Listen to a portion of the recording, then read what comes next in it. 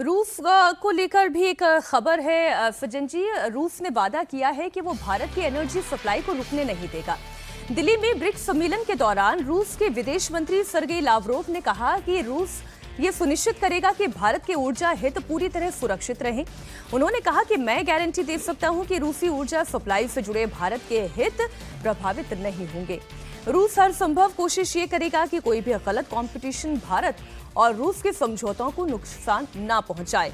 ये तो हाल के दिनों में हमने देखा है कि भारत और रूस की जो ये जोड़ी है वो कितनी मजबूत है। राजकुमार जी, जब अमेरिका दबाव डाल रहा था तब भी भारत ने रूस के साथ व्यापार करना नहीं छोड़ा, और आज भी भारत की एनर्जी अगर कहीं से ये आपूर्ति हो सकती है तो वो रूस एक महत्वपूर्ण भागीदार बन सकता है। देखिए, अगर कूटनीतिक रिश्तों की बात करें तो भारत और रूस की जो दोस्ती है वो कई बार उसकी परीक्षा हो चुकी है और हर बार खरी उतरी है। मतलब रूस से बेहतर दोस्त हमारे लिए अंतर्राष्ट्रीय समुदाय में दूसरा नहीं है, और भारत से बेहतर भरोसेमंद दोस्त रूस के लिए भी नहीं है। समस्या क्या है कि जिस तरह से ट्रंप का दबाव बढ़ रहा है अंतर्राष्ट्रीय रिश्तों में, हमने देखा कि भारत पर लगातार दबाव बनाया गया कि रूस से आप जो तेल की आपूर्ति जो आपको सस्ते रेट पे मिलता है और आपको रुपए में भुगतान की भी सुविधा रहती है, वो धीरे धीरे आप कम करते जाएं। युद्ध के चलते वो 1 महीने का समय बढ़ाने की बात आई, फिर 1 महीना बढ़ाया गया, और वो जो अवधि है वो 16 मई को अभी ख़त्म होने वाली है। तो रूस ने अपना काम कर दिया कि हम उसके लिए प्रतिबद्ध हैं कि भारत की ऊर्जा जरूरतों को पूरा करें और उसको कोई समस्या नहीं आनी चाहिए सप्लाई चेन में। लेकिन क्या अमेरिकी दबाव को दरकिनार करते हुए हम उस तेल आयात को जारी रखेंगे जो पिछले दिनों में 23 बैरल पर डे तक पहुंच गया है, जो बीच में बहुत कम हो गया था रूस के तथाकथित अमेरिका के दबाव को लेकर। तथाकथित में इसलिए कह रहा हूं, मार्च 2026 का एक आंकड़ा है, वो मैं बता देती हूँ। मार्च 2026 का आंकड़ा ये है कि हमने 2.25 मिलियन बैरल तेल प्रतिदिन खरीदा है, ये जो कि कम से कम 50% जो भारतीय तेल की जितनी हम बाहर से आयात कर रहे हैं उसका 50% हिस्सा हमारा रूस से आयात होकर आ रहा है। और वहीं अगर अप्रैल 2026 की बात करें, ये 15% तक गिरा जरूर है, 35% तक जरूर आया है, लेकिन अभी भी रूस सबसे बड़ा साझेदार है हमारा। बिल्कुल है, वो बने रहने को तैयार है। लेकिन समस्या ये है कि अमेरिका के साथ हमारे रिश्तों का जो संतुलन है वो ट्रंप के रवैये पर निर्भर करता है, और ट्रंप का रवैया, माफ करें शब्द इस्तेमाल करने के लिए, तानाशाहीपूर्ण ज़्यादा है। तो हमारी ऊर्जा जरूरतों का संकट यह है कि ईरान से हमारी जो आपूर्ति हो रही थी, हम आयात कर रहे थे, वो प्रभावित हुआ। रूस से हम जो कर रहे थे उस पर अमेरिका अड़ंगे लगाता रहता है। तो हमारे लिए थोड़ा मुश्किल वक्त है। इसलिए प्रधानमंत्री को, और हमने देखा भी, हमने कई आपूर्ति सोर्स नए तैयार किए।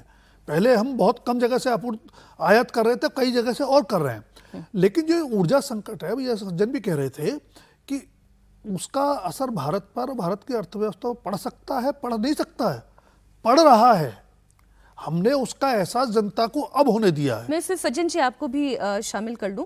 जो फाइनेंशियल ईयर 2026 का ही डेटा है वो ये बता रहा है कि भारत ने रूस से करीब 3.7 लाख करोड़ का तेल खरीदा है, और ये तेल सऊदी, इराक, यूएई तीनों को जोड़ दे तो उसके मुकाबले ज्यादा है, ज़्यादा भी है और कॉम्पिटिटिव प्राइसिंग भी है। ये भी ध्यान रखिए कि रूस के साथ जो आपका सौदा है वो अन्य जो स्रोत हैं आपके पास उसके मुकाबले ज़्यादा कॉम्पिटिटिव है। कहने का मतलब है कि आपको थोड़ा सस्ते प्राइस पे मिलता है।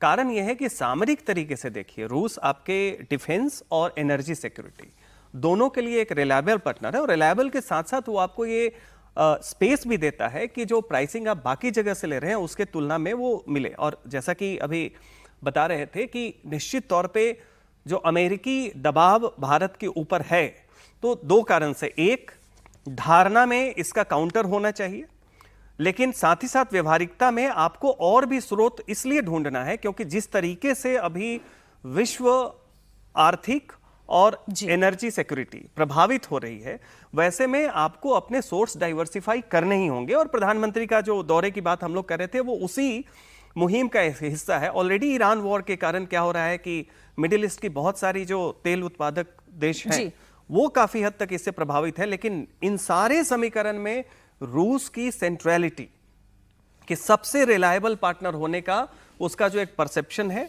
वो स्ट्रेटजिक लेवल पे भी, और भारत में आप सामाजिक तौर पे भी देखें, धारणा में भी हम लोगों को लगता है कि जब रूस से हमारा लेन देन हो रहा है तो उस पर एक विश्वास रहता है कि वहां उच्छृंखलता नहीं है। और वो जिस डिस्काउंट की आप बात कर रहे थे, यूएस यूरल्स क्रूड ब्रेंट से $1 से $4 सस्ता जो है वो भारत को मिल रहा है, और युद्ध के बाद तो $30 से $40 प्रति बैरल तक की छूट वो भारत को मिल रही थी। तो ये भारत और रूस का रिश्ता है, लेकिन युद्ध का इफेक्ट है, और वो केवल रूस पर, चीन पर, अमेरिका, इजराइल इन देशों पर नहीं है, खाड़ी के देशों पर नहीं है, वो भारत तक भी इफेक्ट दिखाई दे रहा है।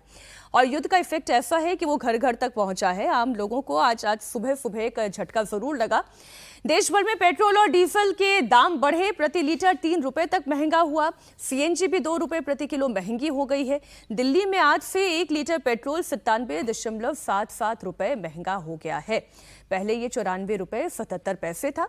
और इसी तरह दिल्ली में भी 1 लीटर डीजल का दाम 90 रुपए 67 पैसे महंगा हो गया है, जबकि पहले दिल्ली में 1 लीटर डीजल की कीमत 87 रुपए 67 पैसे थी। पेट्रोल और डीजल के दाम बढ़ते ही विपक्ष ने भी हाय तौबा करनी शुरू कर दी।